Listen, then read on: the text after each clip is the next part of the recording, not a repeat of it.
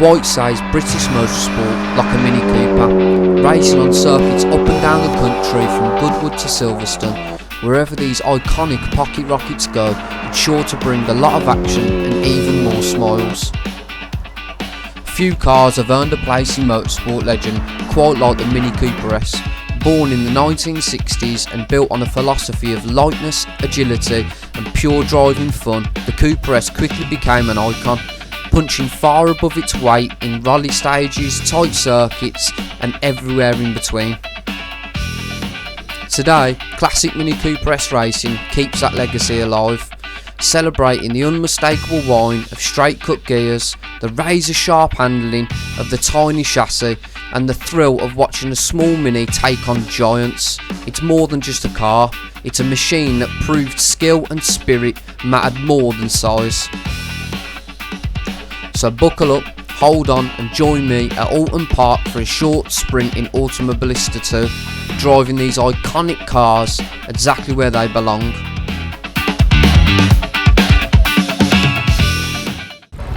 So here we are on the grid getting ready to go. We're at Alton Park in the wet today. Let's see what these Mini can do in this Cooper Classic B class of cars. As we go screaming down the straight now, up to the first corner. Playing with no hood today, it's going to be a little bit difficult. We'll have to listen out for my spotters. Chevrolet in front backs up a little bit and going to the back of him. Clear left. Mini really has been fun this week. Such a British icon. You know, you see him racing up and down the country in these little monsters, and On your right. it's definitely fun to bring it here to Alton Park as we get ourselves down Cascades onto Lakeside Straight, coming up to the Island Bend here, which should just be a small little lift off in this little Mini.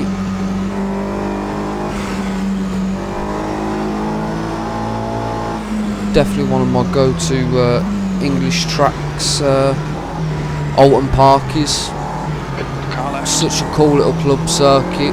Hold your line. I remember many years ago when a set of course competizione come out and there was a lot more light, well, international light on this track in the sim world, and a lot of people are coming at the Mini Nordschleife, which I think is pretty accurate. A lot of undulation, a lot of tight corners, off camber roads. It's just such a great track to throw these little cars around. Now as we come down into chicane section Car right. for the first time, Clear right. just getting backed up behind this Fiat Uno here. Car left. Still there. Clear left. Car right. Right side's clear.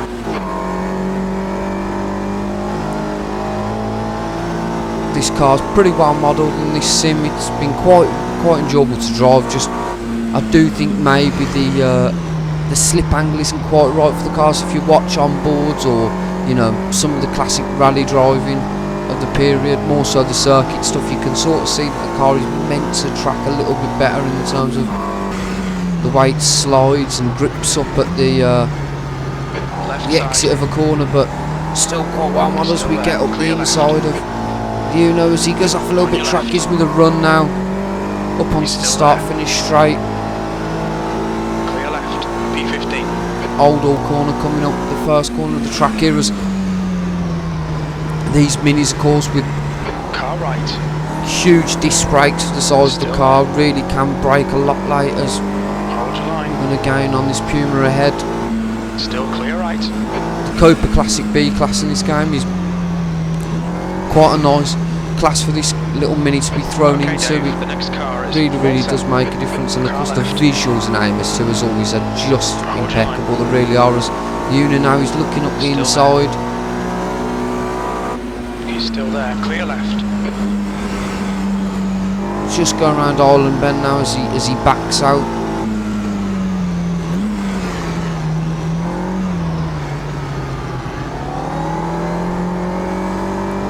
Do struggle in this game sometimes with front wheel drive cars. They are, you know, a little bit unpredictable, and I in general haven't done a lot of sim racing in front wheel drive cars, so definitely does show I could do with a little bit of practice.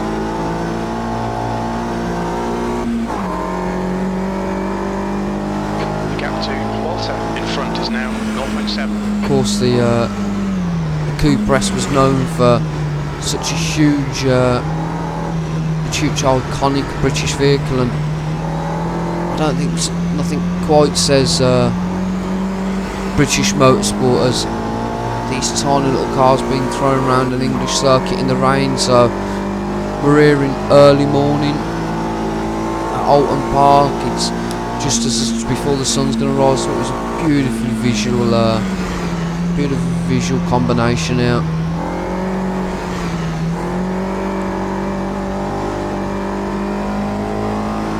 Definitely am noticing the improvement since the recent patches to AMS2 with the AI. You can definitely see they tend to battle a little bit more, and as we get told their leaders doing 215s, I think I got down into the 215s for some of my practice runs, so made up quite a few spots on the first couple of laps, which is good.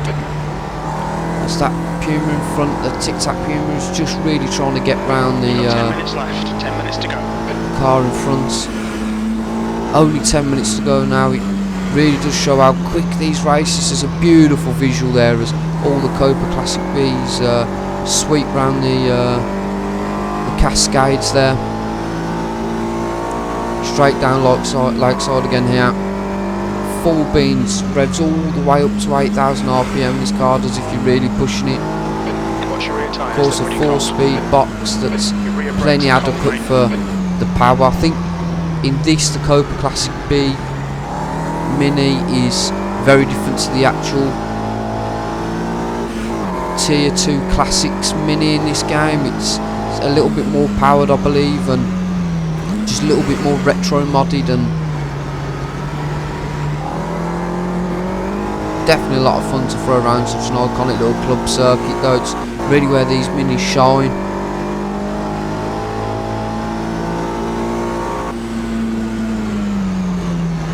Braking as late as we can now as we go into his laps.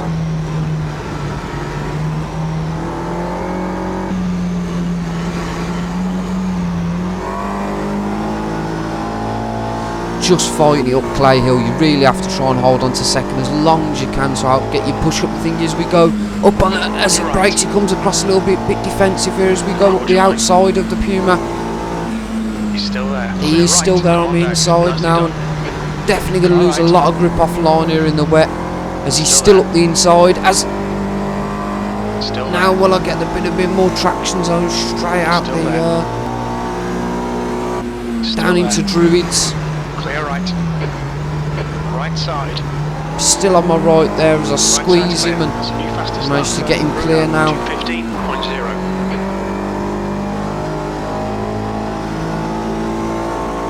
Coming up to the old Hull corner again. The first corner, I really was struggling in this car. I think front wheel drive cars in general, see the slip here as you sort of just slide it in as we do go wide. Allows that vehicle to get back ahead of me. So once again, we've got this Tic Tac livery Puma just behind me, as you can just see the visuals now really starting to pick up as you can see the track is getting wetter and wetter. Such a UK race this is. Sort of wet conditions and UK motorsport go hand in hand.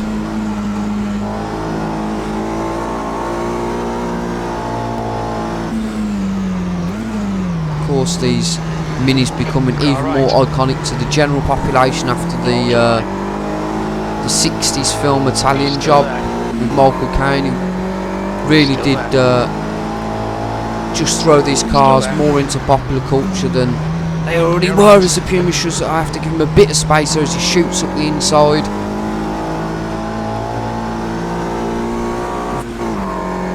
Of the chicane as we come down now, come over the hilltop, down to his laps again.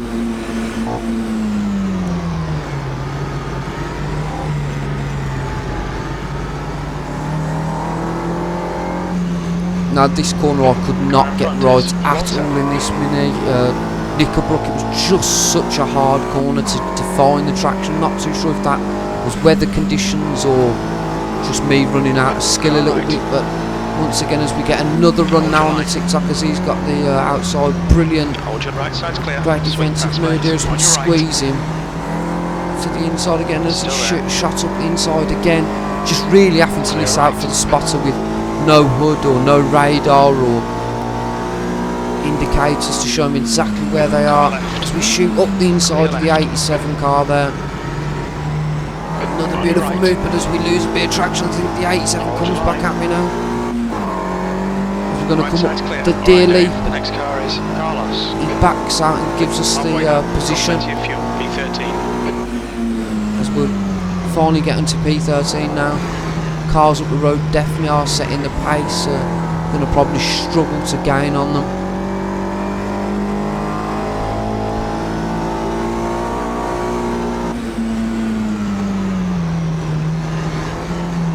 I think once again this is where AMS2 really does shine. The classic vehicles in this sim really do stand out.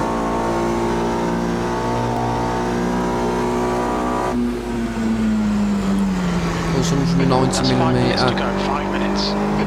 Desperately as we lose a bit of traction as we're fighting the car through this bad weather now, as the 87 comes back round the outside.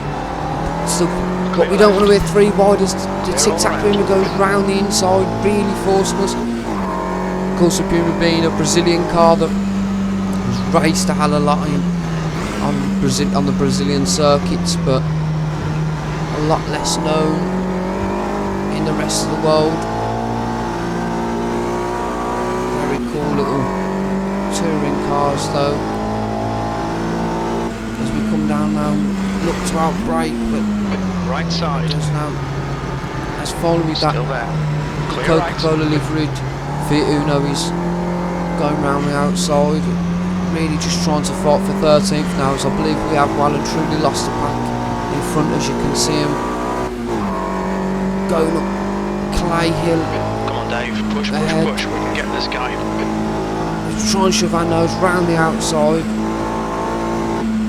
We look for the inside. We do now, going into Druid's corner. We force him a little bit wide as we're trying to hold the traction. We're trying to hold off that power of the wires. And these front wheel drive cars, you put your foot down and you just constantly feel like you're losing traction. You really have to make sure you've got that space on the exit of the corner just to let you run wide and really put the power down now, as you can see. I believe we are probably going to struggle to gain on these cars ahead, and I'm quite happy just to keep these cars coming from behind. Once again, I don't think immersion really feels like this in other sims. Well, not that so easily accessible that, you know, sims where you don't need excessive amounts of mods and tweaking. AMS2 is very much a plug and play sim, which for us gamers in our 30s is a lot more of a appealing attribute. You know, just being able to jump in. Spent many years PC gaming where it takes you longer to set up the game than it does actually to play it, so it's nice just here to be able to jump in and really get some racing under your belt. So once again, you can see in the mirrors here as the Puma once again just still there, jumps up the inside, and we're going to lose that position. I should be able to brake a lot later into the Shell Oils corner there, but I just really do struggle. We come to Britain's, this little complex, this little chicane, as we try and take as much curb on the inside, gives us a good run out now, plenty of traction as we are gaining on the tic-tac livery car in front. We'll have to hold off here. We didn't have anywhere near enough speed down that hilltop straight to get the move done. The next car is Walter. That's Walter in front then, he's just really holding me off. It's definitely going to be a battle for P13 now, all the way up to the end. Hold your line. He's still there. I have no idea how long we've got left in the session. I'm sort of just... Well done, Dave. Oh, as we go wide here, as we slip wide, this is going to give a chance. Thank God we managed to hold on to it there.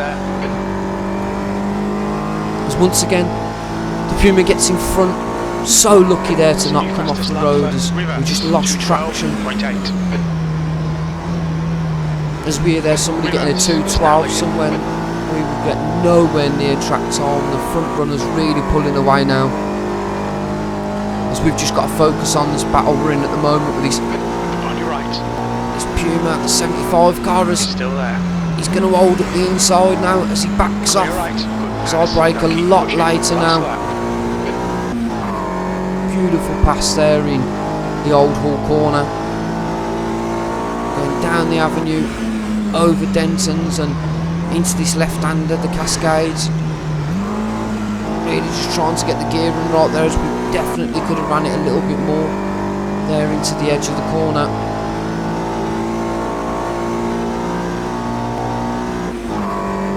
As the lakeside straight here into the Island Bend, it's just such an iconic part of the straight. You can really throw it in here, as I'm now really struggling with traction as right side's clear, car right. Weather has progressively got worse as we run wide again. It's going to give the 75 car another chance now. Going down to the Britain's complex. As we sort of look around the inside, we're going to have to wait now and hope that we get a better traction out of turn 9. Left side. As we're going to look at the inside, not the best one for the Hislop's He's still there.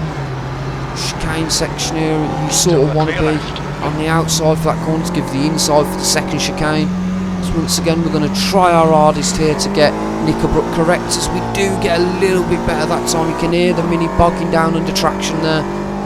Such a fun little car to drive, definitely a different type of driving style. I feel like if you spent the time to really understand how you could throw it into corners and sort of allow the weight distribution to catch the car, and a lot of beautiful just mechanical grip as we just ride over the inside curb there, trying to gain as much space now in time from the car behind to just give us the best run now as this race runs into its closing stages.